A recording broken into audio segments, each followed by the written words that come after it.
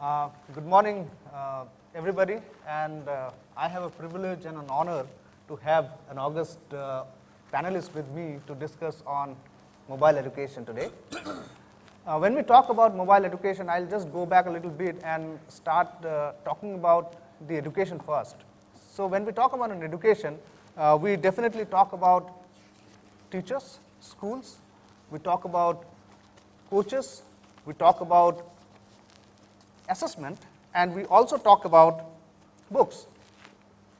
So with time, most of this has been e-enabled, and with time we have seen that schools have moved to the cloud. We have seen teachers are around the globe. We have seen books have become e-books, and with time the assessments have also been matured enough to go online. So with this august panelist, I think we will talk about how the mEducation or the MOOC initiatives that has taken place globally today has its own challenges. We have its own adoption issues. We still have social issues, and in the last panel we have also talked about, touched upon innovations and the social and the cultural issues. So the adoptions has always been an issue as far as India is concerned, and I believe we will talk about this both from a political system, we'll talk about from a social system, we'll talk also from both the enterprise and the government policy making system. So to start with, I will start with Professor Gangopadhyay to throw a little bit of light on the education system with your experience in running some of the best of the breed education institutes in India. So what do you feel, where this transition would move the current education system onto the mEducation platform? Thanks for Kalol for giving me this opportunity. It's a wonderful way of exploring how our academic system is evolving. No system can be stable and static. I think there is a lot of dynamism which need to be involved in all these systems. We have been experimenting, I think being a very large country with a very, very diverse population, and we have been experimenting about the educational system for over the years. But one thing it has become obvious, I think classically the educational system need to have a lot of restrictions. I tell you, from my meager experiences from the academics, I have seen the academics people are totally very conservative in terms of understanding, and it's a very difficult system. I think since I don't have my mass experiences in other sectors of society, but in academic institutions I have seen they are very, very conservative, especially in Indian context. And this conservatism is all over the world because it's another type of fraternity. And they never wanted to experiment. They were very authority oriented. Their evaluation, the major points which you have touched upon, was very great concern to me, because the conceptualization of education where it will go in a virtual world, I think becomes very difficulty. So considering this reality in frame, we have to now explore, but it may not be lasting for many more years to come, because I think you cannot keep education as a matter of conservative way of looking and grooming the people in terms of their stakeholders. As a result, I think it is very appropriate to take stock of the emerging trends in terms of the academic institutions, especially in the concept of university. The moment you talk about university, I think everybody will probably agree with me that there is immediately comes to my mind, there is a huge amount of framework. So for example, we have a council, most of the academic institutions, Senate, syndicates, which operates on a very, very different context in which they don't want to even. Basically what has actually happened, it has created a group of exclusive people, and in a country where we have always a surplus, so getting into an institution, I think, and not getting in an institution makes a lot of difference, and that has actually differentiated and created a elite society, and therefore they never wanted to expand it. I recall the days when we started open university system. I think we are all from a traditional university system, we never liked the idea. Even today, in the core of my mind, I have no hesitation in accepting open university. We never even rate it, say, as in any of the, if I have to respect, I always go for a traditional university system. But these are all things need to be changed, you know. Say, life is nothing but unlearning the things which you have learned. And in that context only, we evaluate the Kalol's agreement. And I think probably the proposition is that how the university system is going to be looking at the future. And this futuristic perspective is obviously a matter of concern. So what is actually happening, and I think being in a part of the few of the institutions in this country, I have seen that majority are now rethinking of opening up. We have distance program, we have executive programs, we have satellite programs, which have created enormous amount of opportunity in terms of expansion of educational system. But one thing we have to agree, all the traditional universities or academic institutions which are opting for it, still they believe that that's a secondary activity, not their primary. Therefore, the focus which is going to be happening is that, is it possible to have a virtual university in which, I think, and considering the infrastructure, considering the diversity in our country, is it possible to open up? And I see a really a positive approach will help us in terms of growing and amending ourselves. And these are my few obvious thoughts which I can like to share with you. Perfectly said. Thank you. Now, I would also like to understand, see, having seen the Indian perspective in the Indian education industry, but there has been fairly success stories being written in the Western world. So, Moy, you have had experience working with a couple of such universities in the US, and you have been working in this field for quite some time as innovation. So, what is that you think are the success factors which has actually motivated most of these universities in the US to go for an online or a mobile platform-based system? I think it's a very great question. It's a very important one to answer. I think most of the time we think of online learning as an effort that stems from the university or academic institution, but it's really an effort that's required by the entire community and the country as a whole in order to facilitate a successful online education program. For example, you have many telecom and technology companies out here today. You have a few representatives from the public sector and the civil services.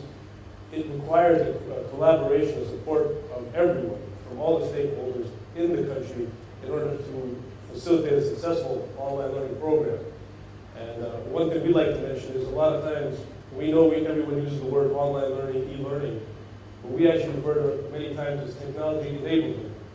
And with the internet just being one component of it, many of the learning now takes place through your mobile phone, your iPad, your home computer. It's not, we use the bandwidth from the telecom companies, we need the support from the government, we need the support from all your traditional institutions in the country in order for this to be successful. And the technology is really what enables this new form of learning. So it's not really just about online learning or e-education, it's about technology-enabled learning that allows the users, allows the students ultimately to experience a much more rich, much more dynamic, engaging experience, basically on their time and at their convenience. So, Moy, now having heard that the success has been a consolidated effort by an ecosystem, that's what you mean. You need the government participation, you need the industry as such, and a lot of other things to make this online education system a success. So, having heard this, I have this Dheeraj here, so who is from PwC, and fortunately he has also a past experience in working in Indian civil services system. So I would like to have some input from him.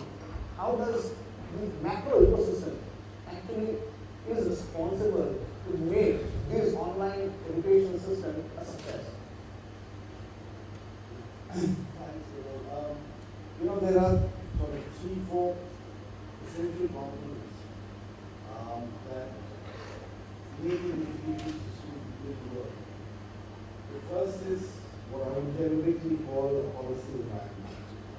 And I'll just dwell a bit on it in a minute. The second is you need the right model, and then I'll elaborate on that. The third thing obviously is the infrastructure, the physical infrastructure, the soft infrastructure. And part of that soft infrastructure is the human capital. Now, as far as the policy environment is concerned, essentially if you look at the Indian education system, the policy environment has generally been focused on provision of primary, secondary and higher education by the government, by and large. That's been the focus. And it has again focused on the brick and mortar model. We did have a distance education council, and we have some open universities. But while they have grown, enrollment there has grown quite rapidly. The policy environment has not been very clear, and now of course the Distance Education Council is being wound up, and UGC has been entrusted with this responsibility, but is yet to come out with any regulations as far as distance education are concerned. So what is in place is whatever PEC had put in place.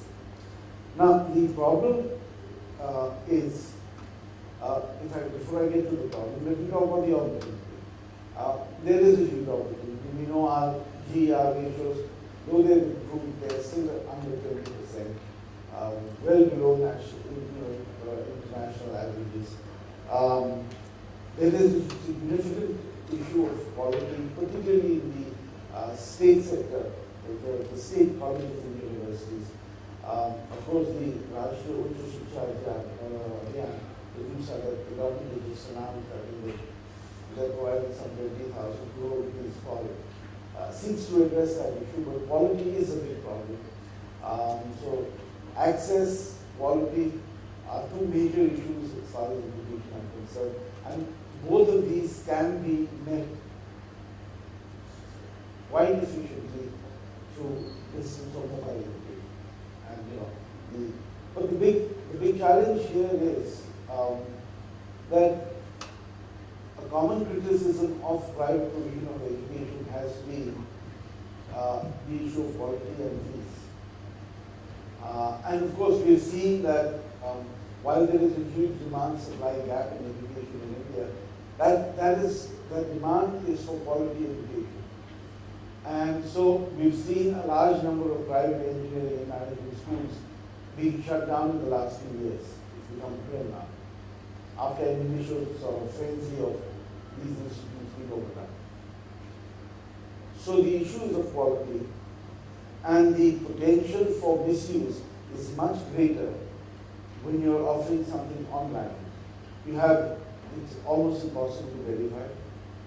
You don't have any face-to-face interaction. So the chances of fly-by-night operations increase significantly when you have an online provision. And that's why it's so important to address issues of accreditation, of quality, verification. So therefore, it's important that there has to be some sort of framework in place for this system, for this to take on. Now, having said that, if you look at what's available online, there is a huge amount, there is a very large number of courses, online courses that are available, online programs, certification programs, etc., that are available. Where they are provided by established universities, this issue of quality is largely addressed. And in fact, the M University concept of providing a platform, and for example, IMRAG is using that platform to provide courses. That significantly addresses this issue of verification and quality, etc. But there is nonetheless the need for some sort of regulatory framework, not to intervene the policy framework. The second issue that is related is that, and I said the appropriate model. Particularly in education, I personally don't think that primary and secondary education can be provided online. There is need for that face-to-face interface. We can certainly support and supplement, particularly things like tutorials and test bed and so on. But fundamentally, the delivery has to be face to face. Certainly, when you get into higher education, and when I say higher education, again, I take out technical education because there is issue of flags. So there is increasing scope, and then when you get into skill development, skill improvement, skill enhancement, in-service training, etc., the opportunities for online provision increase exponentially. So these are the third, of course, the third issue is one, infrastructure. In a country where we still don't have reliable and continuous provision of electricity, which is one key input for an online delivery, this is going to be a challenge. Because there are solutions, you can have solar power systems, etc. That and connectivity. The connectivity again is being addressed through that National Fiber Optic program. So, all in all, great opportunity to address two fundamental problems in our education system: quality and access, and affordability. But to avoid losing out on a great opportunity, particularly the government needs to make sure that the ecosystem is in place. Perfect. I think that was very insightful from the perspective of, you touched upon three very important things. If I talk about quality, access, and affordability. I think these three definitely are going to be key as far as India is concerned, and also a lot of, I call it sub-equatorial region, because this is a deficit market, and this two-thirds of global population actually lives here.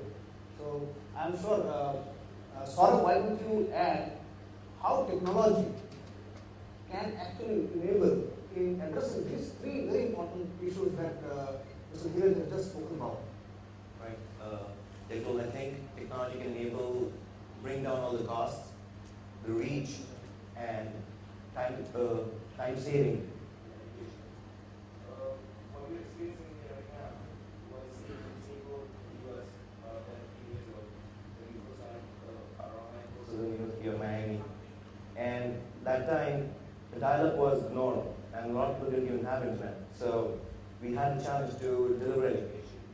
With very limited bandwidth. And then Moving on, people started adopting it. People had initial fears about replacing the instructor, that you lose interaction, but with technology, you can make it even more engaging. A simple aspect is how Facebook has become the most social kind of media, people meeting up together. A similar way, we can take the same wave in education with technology, and with cloud computing and anytime devices, handheld devices, because you're trying to educate a generation, let's say called Generation X, which is brought up with iPads and mobile phones. And if you try to teach them in class, you're going to lose them. So in order to make this happen, you have to teach in a way that they understand, which is through technology, which is through mobile devices, and education. So if I have captured it correctly, so one of the cultural issues being also addressed because the generation is prepared for adoption. Right. You mean to say. And that's a very important point. So now we also have Mahesh, who comes from NSDC, and NSDC has an honest responsibility of addressing the national issue of fiscal deficits. And there's industry as well as government deficit. So what is that NSDC feels like? How would they address this national issue? Glad to be here. NSDC, National Skill Development Corporation, representing it today here. We have a mandate of 150 million people being skilled by 2022 across 22 different sectors. And the way we go about it is, just to give a very quick brief, is create capacity, large-scale capacity. So we've committed around 2,400 crores in capital, funded roughly around 100 odd for-profit organizations which can build capacity for vocational skills in any of these sectors or multiple sectors.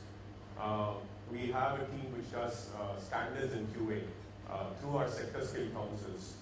Again, NSCC is a unique PPP for the fact that 49% is owned by the government of India and 51% owned by the industry. And I have two representatives from the industry on my left here, from our telecom and banking sectors. And I think they're much more experienced to talk about that particular aspect. Essentially what we're trying to do is it's not just capacity, but capacity that is relevant to the industry on the standards and quality that the industry wants of the manpower that it wants to take in. So that's the objective. So there is a skill gap study that is done which identifies which are the sectors by states and by sectors. From there we go on to creating relevant capacity, and then we go on to create quality standards through our sector skill councils, which are complete representatives from the industry. So the industry comes in and says what they need, what kind of manpower they need, what job roles they need, what kind of, in what horizon, time frame or whatever that they needed. And what NSDC does is partners with them and supports them initially so that they could take that mission forward. Now, particular to mEducation, there is one very simple fact that our CEO always brings up, which is by 2022, we should have at least 1.5 people in each household in India who should be skilled. Now, which means you have to reach out to them. Now, how many of these people have access to internet? How many people have access to mobile phone? Even within that, what kind of speeds do they have? Within mobile phone, what kind of platforms are they working? What kind of devices do they have? What kind of messaging can you relay? How much of interactivity can you get out of it? And so on and so forth. Now we have another, I lead a team, the innovation team at NSDC, and what we essentially do is we look at any innovation which pretty much adds value to the ecosystem that can be used by our partners or SSCs and so on and so forth. A simple way of putting it is like this. If a learner from a rural area comes in, the guy has to be aware that something like this exists, first of all. He has to have an aspirational quotient in terms of, I want to take up skills, and I mean, I can take up formal education, but skills are actually going to get me a job, maybe. Then he has to identify, he has to have a bouquet of courses or programs that he's able to take up and able to choose that. And he goes into a center or he picks up an online module that he wants to do, he has the connectivity and so forth. And then he sits through the whole class and he goes through the entire program, he completes it. I mean, I know MOOC even in the US is a 33% completion rate. So I think it is still catching up and we are definitely a while away from that. And then he completes it, and then today the training provider is doing the assessment and the certification. So we have split all three. The sector skill councils lead the certification process. They empanel the agencies which they think are good to do the assessment. The training providers are separate from this entire block. So so it's a very robust system in terms of how we are evolving, and all this has been through a lot of learning through the Canadian model, or through the model in Singapore, or multiple countries. Now, again, looking at mEducation, we have some interesting innovation that we have funded, or we have supported, or we continue to support, so to speak. And this could be online tablet-based platforms. Now, one interesting one that has recently come up, if I just take assessment. Now, assessment for a rubber industry is different from a telecom industry, is different from a banking industry. Now, who are these assessors who are going to go into these industries and do it? What is the delivery model? What is the approach to that assessment? Do they have the relevant question banks? Do they have the relevant evaluation forms to do it? Is that integrated into the process? Now, one thing that we see from our end is if you just look at services and manufacturing, there's a lot of really good stuff that is happening in services. It's not being still translated to it. And when we source innovations, we get at least 7 or 8 calls in a week from innovative entrepreneurs who have a product, a platform, or a service, or a solution that we can take up and fund. What you say, it's skewed towards one particular area. It's very technology heavy. Now, if I want to go into plumbing, there are different areas of plumbing. If I take welding, there is arc, MIG, robotic, inert gas, and so on and so forth, which means each one has a certain quality and standard and expectation. Everything is different. So I think while there is a rich entrepreneurial and innovative culture, the depth of that is still not something that we see, and we're trying to put these innovators in touch with experienced practitioners from the industry, for example, the Welding Research Institute, or Agricultural Research Institute, which have been doing it, or development organizations which are able to support them to co-create a product. And so a product is not created and brought in and pushed through, but actually we're trying to see if that can be co-created. Specifically on MOOC, which will be my last opening point, which is we have created a matrix. We have identified roughly around 10 or 12 organizations across India, being iPrimer and TCS and Metal and multiple private organizations, which are looking at MOOC and have started pilots on MOOC or are in the process of scaling up.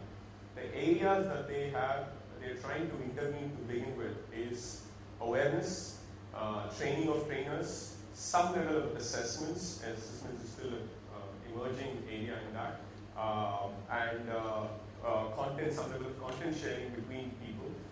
So these are the areas that we're seeing. I think even with MOOC and open learning platforms, it depends on what areas are you going to able to pick to get that initial momentum, so you can actually build upon it over a course of time rather than going with a different form. If it's modular, it's even better.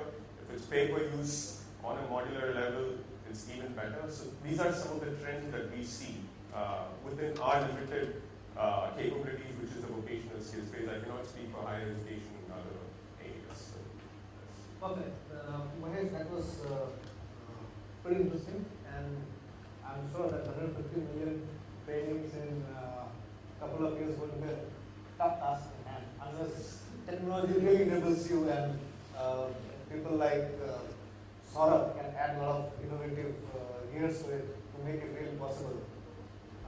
Now we also have Mr. Ravindran, so who heads one of the sectors. So, Mr. Ravindran, telecom industry is one of the biggest industry which employs so many people, and it will continue to grow with newer technologies, adoptions, and the skills requirements. So, what are your plans as far as making skilled manpower available to the industry? Telecom is one of the fastest growing industries, and today it's scaled for greater heights because of the rural penetration potential it has. And today it's also been found that communication is the major force multiplier, and it has brought in synergy between a lot of industries, the government, academia, and the human element, the individual concern. Now, having said that, there is a lot of potential as far as learning is concerned. Like my friend from NSCC has brought out, we are actually one of the 22 sector skill councils, and who has gone into making the best use of technology.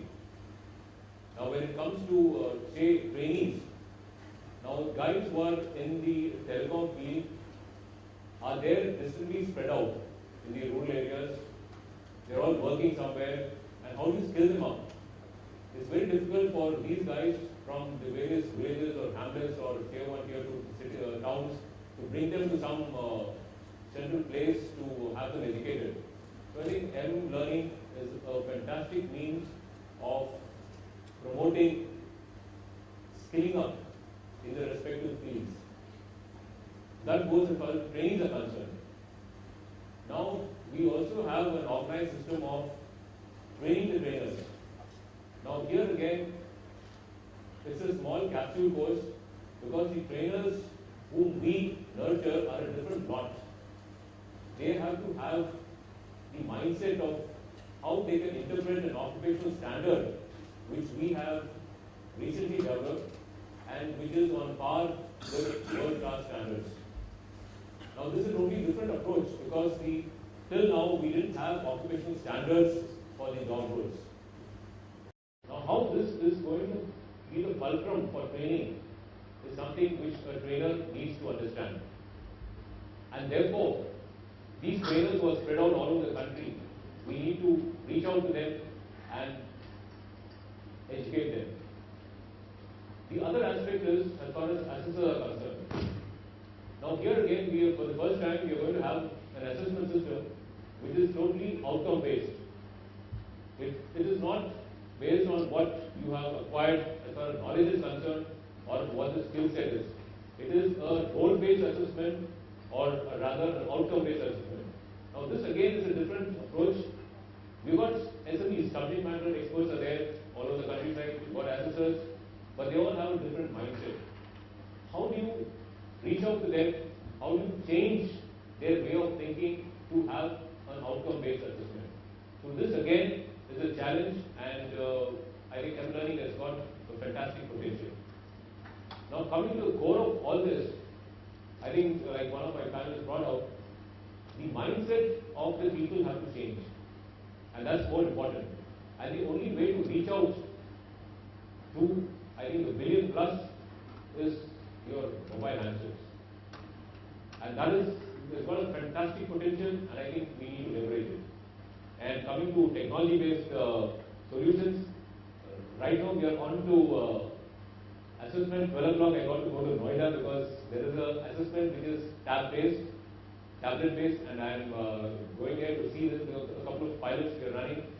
And we are evolving a process where we have a technology-enabled system for evaluation, which can be totally non-subjective, a very robust platform, and scalable, and most important, affordable. So I think we are putting this into practice because the kind of numbers which are involved is really mind-boggling. And more important is we have to bring in quality. The only way of getting quality in is to ensure that the human interface is reduced so that we have a technology-based or technology-aided system of training, assessment, and the works. So I think it's got a fantastic potential, and I'm sure this will be leveraged in the days to come. Thank you, Mr. Rangan. I think having heard different sectors, the policies, the technology, the cultural and the social economic thing, I have also a privilege of having one of the very distinguished panelists with me, Mr. Harish Datta, who heads BSc Institute, and he has a very open national mandate, I would say, to educate people to know about trading, to know about I would say financial management and a lot of things. So he actually takes shoulders a lot of responsibilities for the nation. So what is your plan as far as reaching out to the masses are concerned and using some of the technology as an enabler?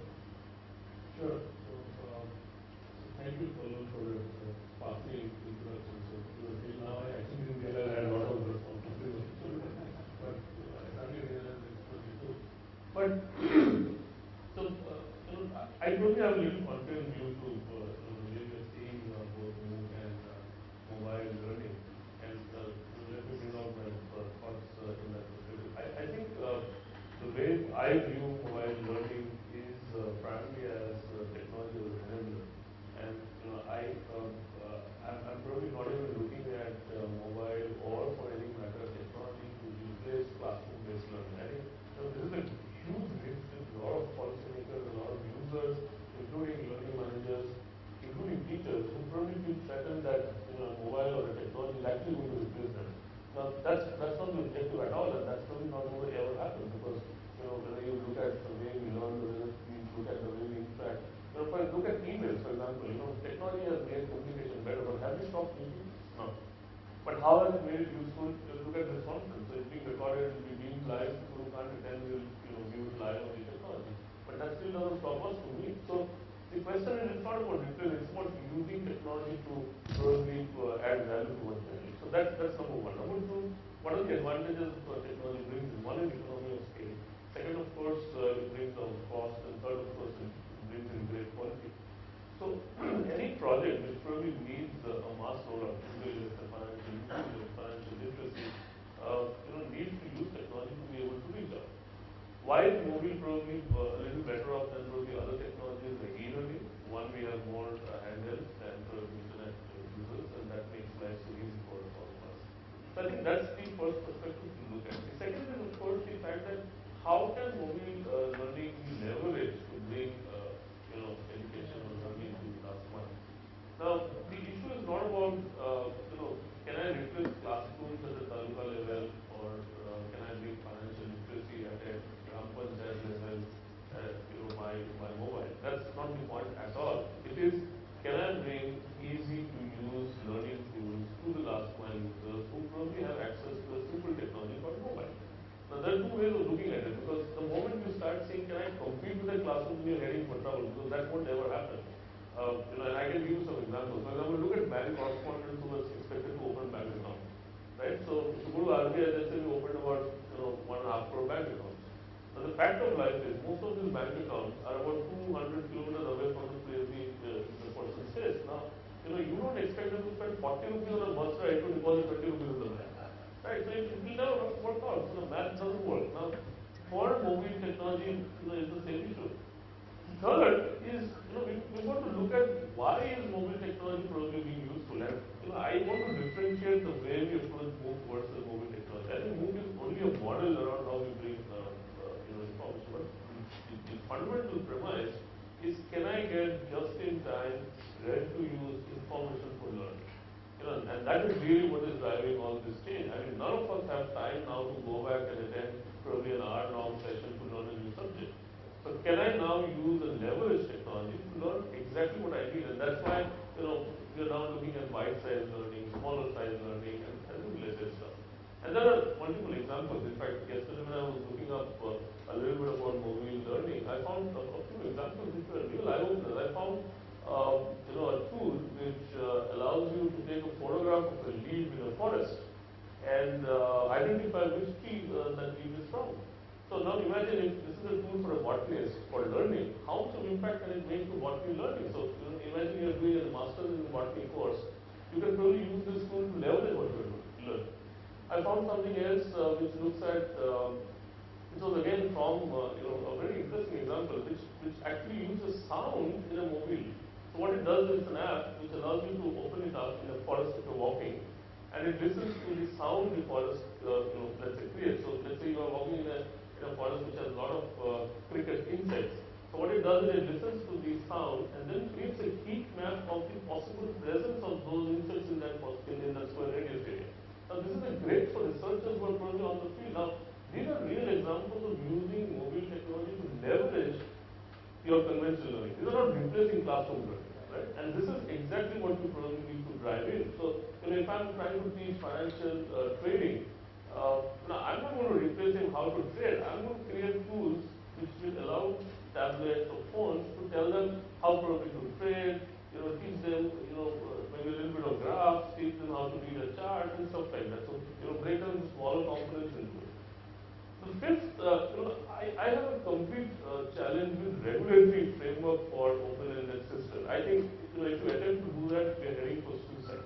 I don't think that's what is meant. If you look at why are we looking at, open learning systems, because the conventional education system has never lived up to it. And, so what is the way to evaluate? All the graduates you create are never employable. So you have curriculums which are 100 years old, and, you create outputs which the industry can employ. Now, you are creating an open-ended system and we're saying let's regulate that also. So it will kill, it will become another, LCP or UGC, and effectively you will have curriculums which will be jaded, outdated, and will never be relevant. To my mind, open learning systems should be open, unregulated. The industry on its own will figure out whether this is good or not. And, classic example is the TED. Look at TED.com, look at Coursera. Why are so many people looking at it and learning? It's because they find quality in it. They are not bothered about whether the faculty had a PhD from Stanford. No, they look at the content, they like the content, and they know that it adds value, and that's why they do it. So I think, in some perspective, we've got to kind of really figure out whether, should we regulate everything which comes along. And I'm saying it from an industry perspective. BFSI sector, which I represent, has at least about 10 regulators. So you have a regulator for insurance, you have a regulator for banking, you have a regulator for capital markets, you have a regulator for mutual funds, and it is obviously fairly over-regulated, but has that built capacity? Debated. So, I think from that perspective, we want to try and do that. So, in terms of financial literacy, our objective is going to use an open-ended platform like the university to bring best quality faculties, to bring standardized content, make sure that assessments are graded and, like Ravi said, map it to national occupation standards and stuff like that, and ensure that you have one standard policy delivered across all platforms. And I think these are some of the things which, to my mind, are more of concern than probably anything else. Perfect. I think that was very interesting, in fact. So, taking a cue from there, Raghupada sir, you have seen both sides of it.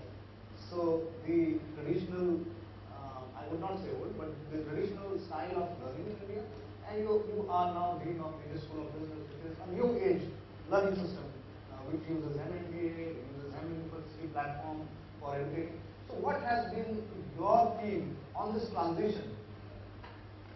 And also maybe you can put some thoughts on what Amrish has just shared. Mr. Gupta has suggested, I think that point is to be well taken. That with no imagination, the traditional schools or the traditional model of education is going to be replaced. That will exist in its own way with the purpose for which it has been developed. So things have come in which we have explored the alternatives. And as an alternative, it is not only in this school, in other conventional schools also. They are open up and they are taken up in a big way. Actually, if I today think about business model, many of these self-sustaining institutes in India are able to somehow manage their financial system because they have opened up the educational system with different mobile learning systems, or probably e-learning, e-based learning systems. So therefore, the things have already been realized because it has a lot of conveniences. Only the cynic will say how you are going to assure the attendance, how you are going to assure the quality. That part, I think, as I have experienced in ages, I think the technology is really getting it enabled. And therefore, my earlier reservation which I had, I think now being a little bit obliterated and violated in a major way. Therefore, my submission to the entire panel will be, now look at the alternative possibilities. The time has come when we have to realize that the conventional model is not, because as many of my colleagues here have already stressed, the gap is enormous. The idea is that classroom teaching has its own limitation. Classroom teaching, the so-called exclusive faculty, which are only academic in nature, has a limitation in terms of practices. Now, there are many other strategies which have been evolving to make this bridge, the gap bridge. But what I suggest, what I can observe here, that probably this is opening up a different spectrum of opportunities, and this AIM University is a concept, if it is carried further, probably will serve all the purposes, which a country like us, because of so many other problems, the basic issues in terms of the infrastructures or the technology can be resolved once we take these proposition further. But it's a wonderful way of looking at alternatives. And I feel this is the challenge in terms of re-lecturalizing the university as a concept. And how the regulators will start applying, whether UGC or AICT will be comfortable or not in our country's context. These are all issues I think will become obvious. So, for example, today you have seen that there is a massive restructuring which is happening in higher educational or the technological education system.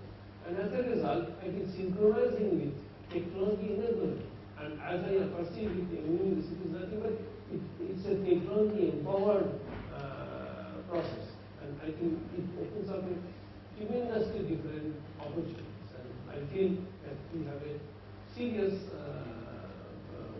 we must have a serious look into these possibilities. So, thank you, sir. So we'll have, I think we have just a couple of minutes. So we'll have a minute of takeaways from each one of you. And I'll just try and summarize on few strong words. The takeaway that I have gathered from this panelists today, there has to be consistency when we deliver an education. So, Amrish, consistency is important because you cannot have one piece going here and another piece going there. So, quality and consistency is very important for you. And you said that traditional way cannot be replaced, it can be complemented. Well taken. And when I take from Moy, I also want you to see, because Indian context is also kind of a similar kind of a context for most of the Asian countries, might not be all, but quite a number of them, and also African countries as a benchmark that can be taken for adoption of e-learning and education environment. So what is your takeaway? having heard different panelists here? I think that everything I've heard is right in line with what I believe. I think that, I mean, it's a cliche, but the future really is education. And I've seen a huge transformation in the Indian market since I've been working here for 5 years. The Indian people are eager, they're hungry, they're very dynamic and innovative. They want to learn, they're very ambitious. And I think that the only way to satisfy the needs of education is through technology. There are many challenges in order to do it correctly, but it definitely is the answer. And it's something that has to be embraced. And I think they said it really well when they say it starts with a change in the mind. And unfortunately, as this wise gentleman sitting next to me said, you almost have to unlearn what you've learned in order to do it correctly. And the next generation, the digital natives, they know, they understand. We will never be able to embrace it like the next generation will. I see 2, 3-year-old kids picking up an iPad and using it for hours and being engaged and learning it and doing so much more with it than I can do in a week. And that's proof to me that that is the future. Okay. Well said. So, Mr. Gil, I just want also your input. Now you have heard the rest of the panelists, the sector input, the national skill development input. You have heard the technology panelists also, and obviously Dr. Bhattacharya and others. So, what is that key takeaway that you think that will make mEducation a success for the masses? Well, I would repeat what I said, that there has to be an orderly growth if this opportunity is not to be dissipated on account